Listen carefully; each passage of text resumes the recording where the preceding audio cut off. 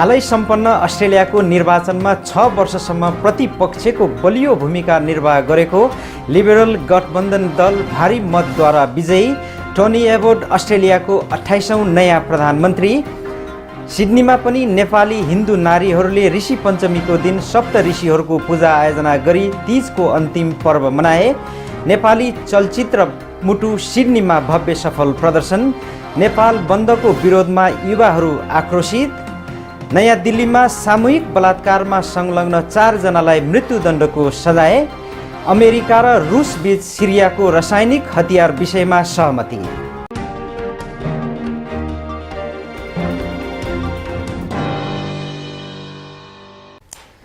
नमस्कार, नेपाल वर्ल्ड टेलिभिजनको समाचारमा यहाँहरूलाई स्वागत छ। म राम रुवाली। अब समाचार विस्तारमा। अस्ट्रेलियामा हालै सम्पन्न संघीय निर्वाचनमा 6 वर्षसम्म कडा प्रतिपक्षको भूमिका निर्वाह गरेको लिबरल गठबन्धन दल ठूलो मतका साथ पुनः सत्तामा फर्किएका छन्। यस दलका संसदीय नेता टोनी एबोट अस्ट्रेलियाको 28औं प्रधानमन्त्री बनेका छन्। उनले नेतृत्व गरेको लिबरल र कोलिसन पार्टीले सत्ताधारी दल लिबरल पार्टीलाई परास्त गरेपछि अस्ट्रेलियाको राजनीतिक दलले सत्ता परिवर्तनको नयाँ दिशा लिएको हो। जनताको जीवनस्तर उकास्न अनि विभिन्न सुधार र विकास निर्माणमा विशेष ख्याति कमाएको लेबर पार्टी अस्ट्रेलियाको राजनीतिक इतिहासमा नै यस पटक ठूलो हार स्वीकार्न बाध्य भएको छ र प्रतिपक्षमा बस्ने भएको छ।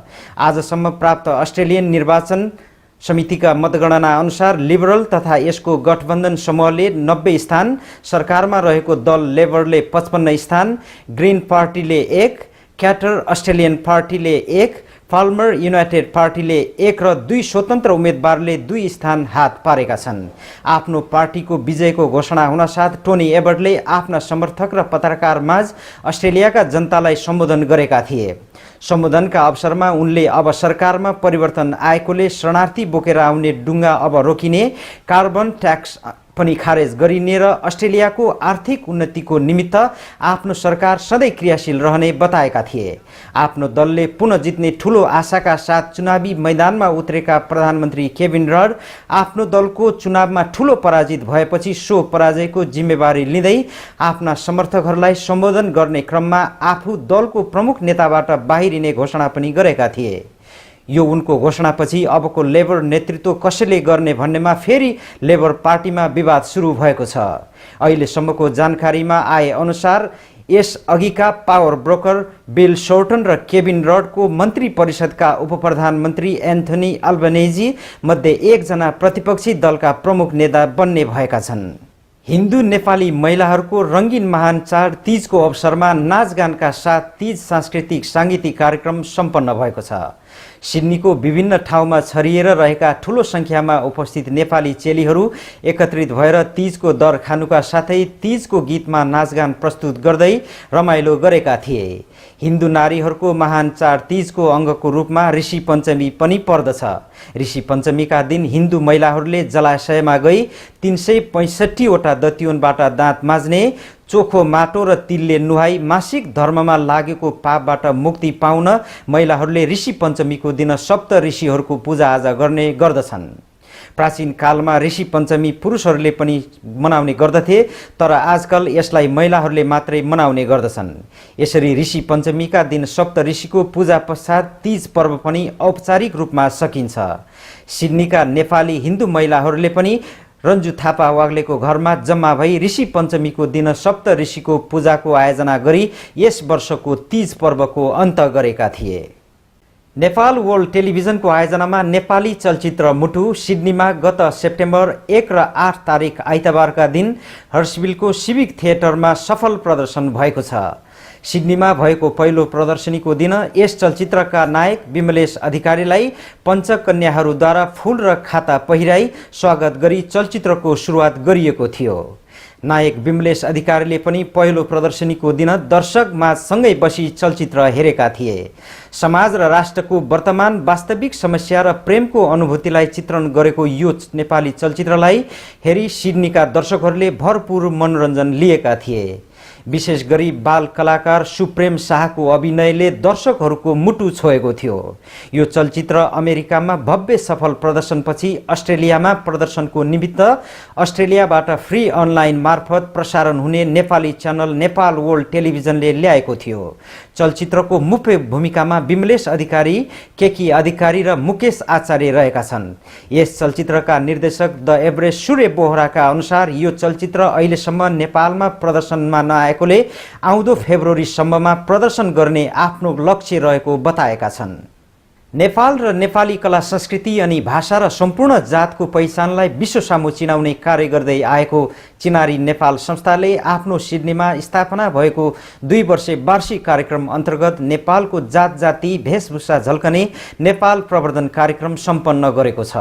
यो कार्यक्रमलाई सिडनीमा रहेका विभिन्न जातीय नेपाली सङ्घ संस्थाहरूले पनि आफ्नो पहिचान प्रवर्धनको निमित्त चिनारी नेपाल संस्थालाई सघाएका थिए। यो कार्यक्रममा नेपाली जातिगत समुदायका स्थानीय कलाकारहरूले आफ्नो पहिचानको वेशभूषा सहित विविध मनोरञ्जनात्मक साङ्गीतिक कार्यक्रम प्रस्तुत गरेका थिए। यो कार्यक्रम 14 सेप्टेम्बर शनिबारका दिन पेटरसाम टाउन हलमा यसै हप्ता निधन हुनुभएका वरिष्ठ गायक तथा संगीतकार फतेमान राज भण्डारी प्रति हार्दिक श्रद्धाञ्जली प्रकट गर्दै उनको दिवंगत आत्माको चिर शान्तिको कामनामा 1 मिनेट मौन धारणा गरी सुरुवात गरिएको थियो।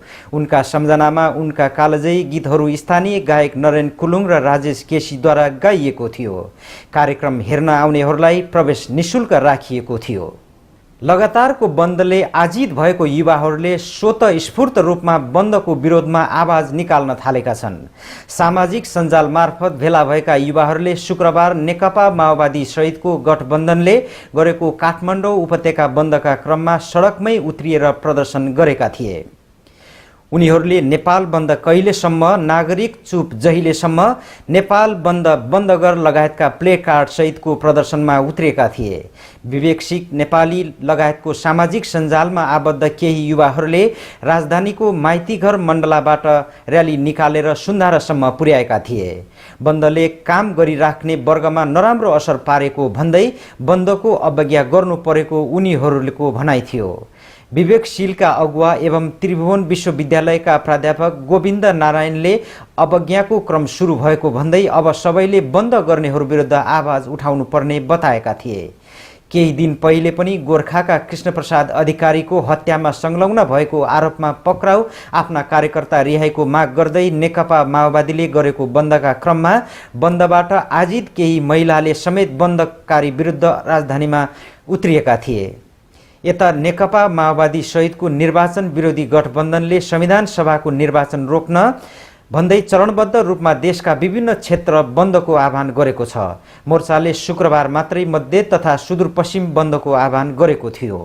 मलेसियामा कार्यरत एक नेपाली श्रमिक घरको छतबाट हाम फालेर आत्महत्या गर्न पुगेका छन्। अवैधानिक भएर घर फर्कनको लागि ट्राभल डकुमेन्ट समेत बनाइसकेका घ्यालचोक पोखरा घर भएका 30 वर्षीय पदमबहादुर सुनारको घरको धुरीबाट खस्दा ज्यान गएको हो। आत्महत्या गर्न खोजेको थाहा पाएपछि प्रहरी र उद्धारकर्मी घटनास्थल गएको भए पनि उनको ज्यान बचाउने प्रयास भने सफल हुन सकेन। घर फर्कनको लागि समस्या परिरहेको र कहाँ र कसरी फर्कने भन्ने चिन्ताले उनी मानसिक रूपमा केही विक्षिप्त भएको बुझिएको छ। आत्महत्या गर्न विदेशी कामदार धुरी चढेको देखेपछि घर मालिकले प्रहरीलाई खबर गरेका थिए। पदमको मृत्युपछि अहिले मलेसियाका इन्टरनेट प्रयोगकर्ताबीच उनी हामफालेको भिडियो चर्चित बनेको छ। अन्य आप्रवासी कामदारलाई शिक्षा दिन भन्दै खुलेको फेसबुक पेजमा पदमबहादुर आत्महत्या गरेको भिडियो र तस्बिरहरू पोस्ट गरिएको छ। उनलाई आत्महत्या गर्न कसले बाध्य पार्यो भन्ने विषयमा इन्टरनेटमा तीव्र छलफल भइरहेको बेला प्रहरीले भने पदम सुनवारका विषयमा केही नयाँ तथ्य उजागर गरेको छ। प्रहरीका अनुसार उनी गत जुन महिनामा मात्र मलेसिया वैधानिक रूपमा मलेसिया पुगेका थिए। आत्महत्या गर्नु 1 दिन अघि मात्र उनी सो स्थानमा आएका थिए। त्यसअघि उनले कहाँ काम गर्थे भन्ने विषयमा कुनै जानकारी नभएको प्रहरीले जनाएको छ। कम्पनीमा राम्रो काम नपाएपछि उनी भागेको हुन सक्ने र हालै मलेसियामा सरकारले चलाएको 3 महिने धरपकड अभियानपछि घर फर्कन बाध्य हुँदा विक्षिप्त भई आत्महत्या गरेको हुन सक्ने त्यहाँ रहेका नेपालीहरूले अनुमान गरेका छन्। भारतको राजधानी नयाँ दिल्लीमा गत वर्ष भएको सामूहिक बलात्कारमा संलग्न 4 जना अभियुक्तलाई मृत्युदण्डको सजाय सुनाइएको छ। बलात्कार लगायतका घटना हेर्न गठित फास्ट ट्र्याक अदालतले दोषी करार 4 जनालाई मृत्युदण्डको सजाय सुनाएको हो। गत डिसेम्बर 16 तारिकमा दिल्लीमा भएको केटा साथीसँग सार्वजनिक बसमा यात्रा गरिरहेका 23 वर्षीय युवतीलाई बसमै सवार 6 युवाले सामूहिक बलात्कार गरेका थिए। घटनामा संलग्न मध्ये 1 जनाले हिरासतमै आत्महत्या गरिसकेका छन्। त्यस्तै दोषी करार मध्ये 1 जना नाबालिग पुष्टि भएपछि उनलाई 3 वर्षको जेल सजाय सुनाइएको छ। पीडित युवतीको उपचारका क्रममा सिङ्गापुरमा मृत्यु भएको थियो। नयाँ दिल्लीको साकेता स्थित फास्ट ट्र्याक अदालतका अतिरिक्त न्यायाधीश योगेश खन्नाले डिसेम्बर 16 का सामूहिक बलात्कारको घटना बिरलै हुने डरलाग्दो घटना भएको भन्दै अदालतले मृत्युदण्ड बाहेक अन्यत्र सोच्नै नसक्ने फैसला उल्लेख गरेका छन्। विपक्षी वकिलहरूले भने मृत्युदण्डले बलात्कारका घटना नरोकिने भन्दै फैसला विरुद्ध पुनरावेदन गर्ने बताएको जनाइएको छ। अमेरिका र रुसबीच सन् 2014 को मध्यसम्म सिरियाले रासायनिक हतियार हटाउनु वा नष्ट गर्नुपर्ने विषयमा महत्त्वपूर्ण सहमति भएको छ। स्विजरल्यान्डको जेनेभामा 3 दिन यता भएको वार्तापछि बोल्दै अमेरिकी विदेश मन्त्री जोन केरीले सिरियाले आफूसँग रहेको रासायनिक हतियारको सूची 1 साताभित्र बुझाउनु पर्ने जारी 6 बुँदे योजना तयार गरिएको जानकारी दिएका छन्। यो सम्झौता पूरा गर्न नसके सिरियाले संयुक्त राष्ट्रसङ्घको नाकाबन्दी सामना गर्नुपर्ने वा सैन्य कारबाही मार्फत सिरियालाई सहमति लागू गर्न बाध्य पारिने भएको छ। आफ्ना रुसी समकक्षी सर्गेई लाभारोभसँगको संयुक्त पत्रकार सम्मेलनमा अमेरिकी विदेश मन्त्री केरीले सिरियाका राष्ट्रपति बशार अल असादको सरकारलाई आफूले गरेको सार्वजनिक प्रतिबद्धता पूरा गर्नु पनि आग्रह गरेका छन्। दुवै मुलुकका विदेश मन्त्रीहरूले सिरियाले सहमति पालना गर्न नसके राष्ट्रसङ्घको चार्टर अनुसार बल प्रयोग गर्न प्रस्ताव पेश गर्न सकिने पनि स्पष्ट पारेका छन्। यसमा सैन्य कारबाहीको विकल्प पनि राखिएको छ। यता सिरियाका विद्रोहीहरूले भने रुसी पहलमा भएको सहमति समय कटाउने मेलो मात्रै भएको भन्दै विरोध जनाएका छन्। सिरियामा सैन्य कारबाहीका लागि अमेरिकाको पक्षमा उभिएको फ्रान्सले भने जेनेभा सहमतिको स्वागत गरेको छ। अमेरिकाले अगस्त 21 तारिकमा दमस्कस आसपासको क्षेत्रमा असादको सेनाले रासायनिक हतियारमा आक्रमण गरी 1429 जना सर्वसाधारणको हत्या गरेको दाबी गर्दै आएको छ।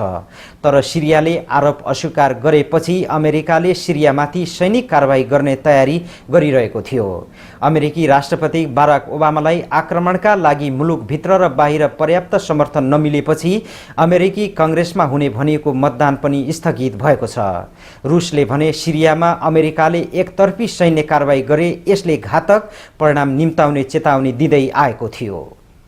अब एउटा खेल सम्बन्धी समाचार। यस वर्षको 8औं साफ च्याम्पियनशिप फुटबल प्रतियोगिताको उपाधि अफगानिस्तानले हात पारेको छ। दशरथ रङ्गशालामा बुधबार साँझ सम्पन्न फाइनल खेलमा अफगानिस्तानले भारतलाई 2 गोल गरी पराजित गर्दै साफ प्रतियोगितामा पहिलो पटक उपाधि कब्जा गरेको हो। जितसँगै 2 वर्षका लागि अफगानिस्तान दक्षिण एसियाकै च्याम्पियनशिप बनेको छ। हवस् त, नेपाल वर्ल्ड टेलिभिजनद्वारा प्रसारण भएको समाचार अहिलेलाई यति नै। अर्को हप्ता म विविध समाचारका साथ यहाँहरू समक्ष उपस्थित हुनेछु। तबसम्मका लागि नेपाल वर्ल्ड टेलिभिजन समाचार युनिटका साथै मलाई पनि बिदा दिनुहोस्। नमस्कार।